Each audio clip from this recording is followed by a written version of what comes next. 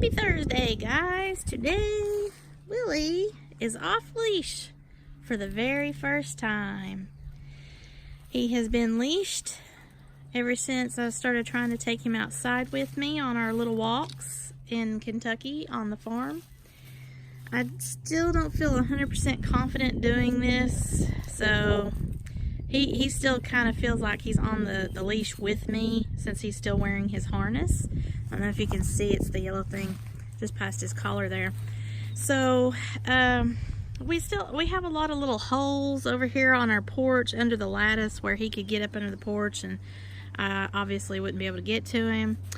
And you know, I'm still worried about him maybe getting out into the road, although it is off a ways from our front yard, but still he seems to be drawn to the noises and movements there, possibly even if the cats that are coming over here to the barn occasionally, we have 5 that I've seen so far.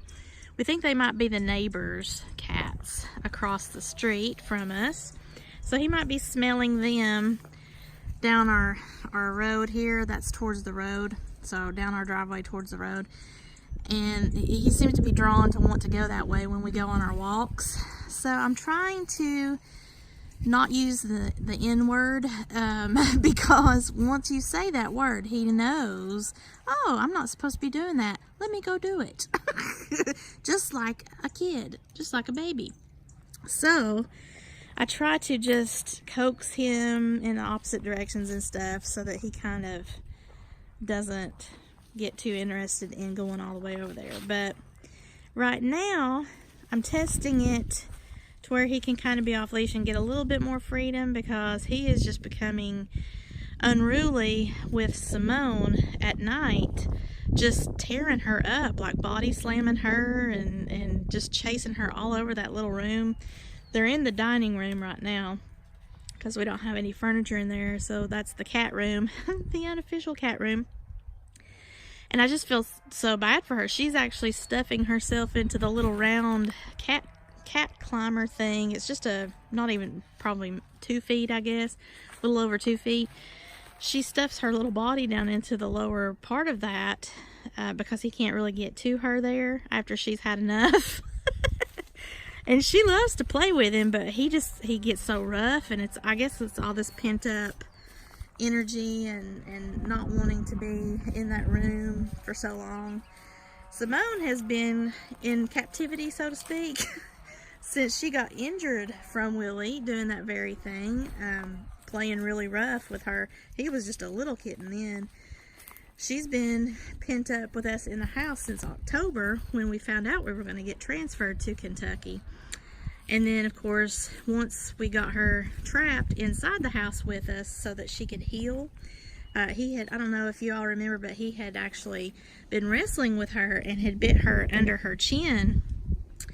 Not, you know, on purpose, but it's just in play fighting, because he was still learning how to do that, and he didn't have any little kitten siblings to show him the way, so he had injured her then, and she's been in the house ever since then, because she's the one that's feral, even though we've had her for 12 years now, I think it is.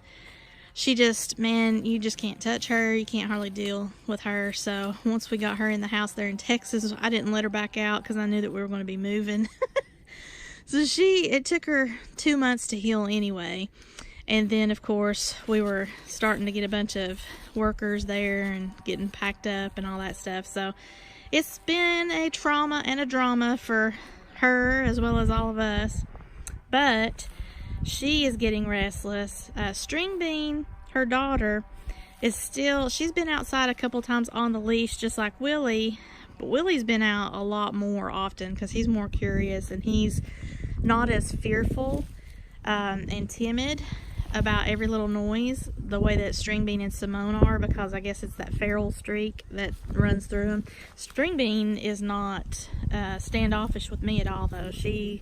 Because I had to bottle feed her and everything, she has no problem with me. It's her mama that can't stand me. So you get some cat education when you come to Monica or Sparkle by Monica channels. You know it. We never had to deal with that until we got girl cats. And, you know, the cats just kind of show up at our places no matter what state we move in. usually injured or starving. And we take care of them and get them spayed or neutered depending on which their sex is. But this is the first time we've had female cats to worry with. And boy, have they been the most difficult. Of course, in their defense, the Siamese is the feral one. And because the mama is feral, it kind of taints the kittens. Even if you're trying to like domesticate them, I guess would be the terminology for it. While you touch them a lot, you pet them a lot from the time that they're little small kittens, so that you can get them used to people and not so fearful or in Simone's case, hateful. But String Bean still has retained a little bit of that fear, especially with my husband. He's not one to kind of tiptoe through the tulips kind of thing, you know. He just makes noise. He's a man. He's like a bull in a china shop, so to speak. So especially with him having to work on the houses every time we've had to move, he just doesn't try to be quiet, and I think that's part of it. Whereas I'm the one that's always trying to be a little bit on the quiet side, not to scare anybody. Hello there, Willard. This is Willy. He's got him a brand new collar on. He has, I'm calling it his racing stripe collar, but it's actually reflective. I thought that was a pretty cool thing. They have those at the PetSmart. I mean, it's still $9, I think, for the collar, but it's well worth it, I think, because once I'm brave enough to not put a harness and a leash on him and let him walk around out here, if he were to get in the road and it might be nighttime or something, hopefully, or even out here it rains all the time, so it'll be dark. It'll be reflective, and hopefully we won't have bad problems with that. I'm still planning to take them in the house at night. I still don't know how that's going to work. I mean, they're in the house all the time right now, but once we get our strategy out here with how we're going to do them sleeping in at night, because that's what they're used to. They're used to being in a backyard, which they can't get out of. Here, they will be able to get out of it. I mean, look, we've got 15 acres, so they're going to be going everywhere if they get brave enough to. Willy, I think, will be the problem child. I don't think that String Bean's going to get that far from the house. But I'm still planning to let them come into the house at 9 o'clock, which is always been their bedtime, because they're kind of trained to that already. I just don't know how to work that out. Our garage here, especially during the winter, is ice cold. It's not insulated here, and that's part of the problem. The other problem is the barn. This was something that was going to be ideal for them to have as their kind of outside home, and possibly even that's where they would go to bed at night, if we could get like the tack room or one of the other rooms. Willy, what are you doing? He's getting bold. He knows I'm not paying attention to him. If we could get one of the tack rooms or stalls or something to where the barn kitties that have taken over through the years or however long, they are in there. So if we could find a way to isolate our cats from those cats when it's bedtime, that would be great, because then there's no more litter box issues that we have to worry about inside the house. However, I don't know how that will work. So then the other alternative is to continue to let them come in the house at night at the 9 o'clock hour to sleep. But we're going to have to figure it out in the garage so it's not so cold during the wintertime. Because apparently in the wintertime here in Kentucky, it can get down in the teens, y'all. I think the coldest it was when my husband first got here back in January. They had a low of 6 degrees. So that was pretty darn cold. And when I got here, the low that I can remember is like 12, or it might have been 13. So I mean, it's very cold. We don't want them to freeze out or nothing like that. So if you all, any of my cat compadre friends out there, have any suggestions, maybe you've had similar situations when you've moved, or maybe you're on a farm or whatnot, please let me know. Hi there, Bubby. Hi there. Say hello. Hello, YouTube. Hello, everybody. He doesn't realize he's free. I put his flea meds on. Where'd you go? I put his little flea meds on so that they could dry, so the other cats wouldn't try to lick it off of him. And it usually takes about 10 minutes for it to dry because it's going to be flea and tick season. Now here at the farm, we'll have to worry about that stuff. Whereas in Texas, we didn't really have to worry about it so much, but they still got the same stuff. I use that Frontline Plus. So here we will have to worry about ticks and everything because it's farmland. So there'll be tall grasses and stuff like that for him to walk through. Now it looks like he's going to be making a move for the driveway. So here at this point, I think I'm going to pull the leash back out of my pocket.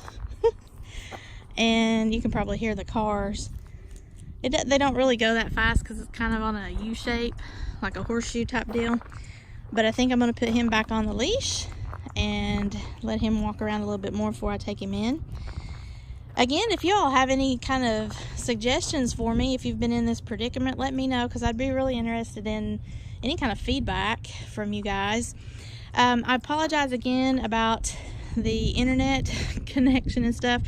It looks like any kind of live streaming is going to be very sparse for me because I have to use HughesNet satellite internet out here, which really is terrible.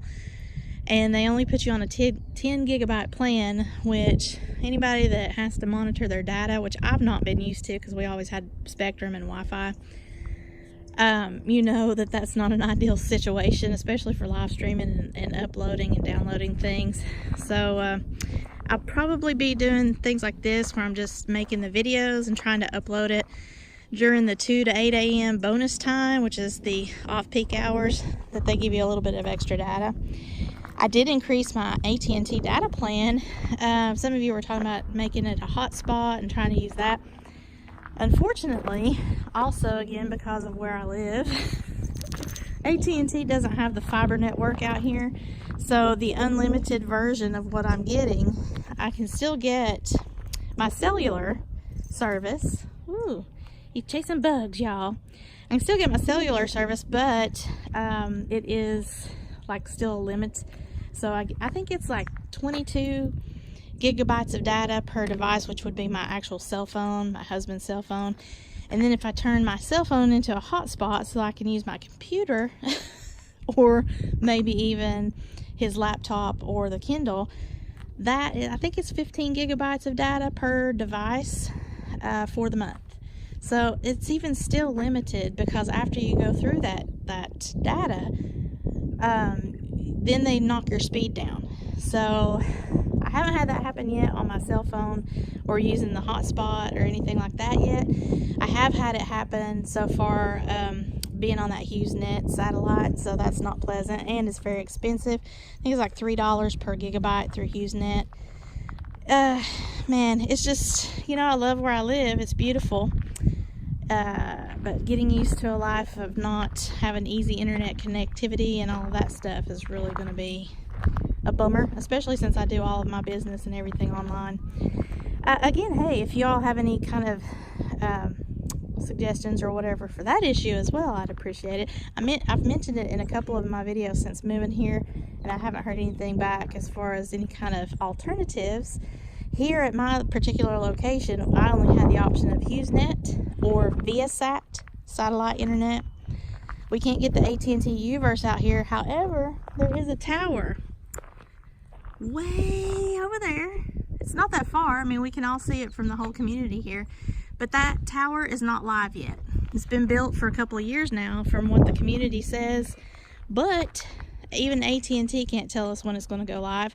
There's just a sign on the fence that says it directs you to contact a lawyer that is in charge of this tower for whatever reason.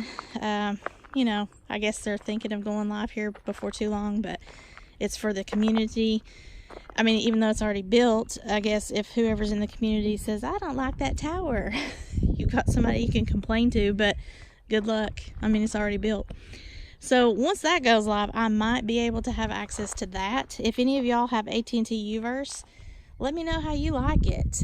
Again, that will be my only alternative. I've tried to get Spectrum out here several times, but their plant, what they call a plant, is 2.33 miles away, so they don't anticipate expanding out into our area for quite some time, even though we've got loads of communities out here. So go figure that one. Spectrum! I told my husband, if we ever get Spectrum, cable, and internet again, ever, I will never complain about it. And he should never complain about it. Because really, once you're used to broadband for your internet, trying to manage your data and all of that with satellite internet or even like a fixed wireless or something like that, oh my gosh, it's just such an inconvenience and a headache. And then you get to wondering, well, what did people do before the internet? Well, I remember, because I didn't used to have internet, but that's been so long ago, I'm spoiled now. I want my broadband back. So wish us luck. I'm going to slap this probably on my vlog channel instead of the Sparkle channel, since I just did a live stream over there. That live stream, like half of it is pixelated and everything, as far as what I can tell, for like half of it. So that was my test, although that did run on the satellite. I haven't done the test yet for the AT&T, just using my phone as the spot or the live stream thing. So maybe that'll be my next one, but I have to wait for YouTube to activate this channel for live streams for the Moments with Monica. Once that happens, I'll give that a shot and see if it's less pixelated. So I hope everyone has a wonderful day. I know that this is so exciting seeing Willie just sit there. He's watching some birds here in this pear tree and the bees. We got a lot of bees, y'all. A lot of bees. We had tons of those mud wasps that I had a pest control guy come out and just knock all their nests down, and he treated around the house and the barn over here, so that we wouldn't have them coming back to their old nests, but I'm sure they're going to build elsewhere. Until then, we're just hoping that they don't come into the house, because I get scared by anything that makes a noise like a bee, I'm telling you. So y'all take care and enjoy your weekend. I know that's coming up. We will still be unpacking and working on our house. Eventually, we hope that we can enjoy it and maybe invite people over. So that might be next year, though, at this rate. I'm not really sure. Take care, guys. Have a wonderful day. Say bye, Willie. Bye, y'all. Have a wonderful day. Thanks for stopping by. Bye-bye.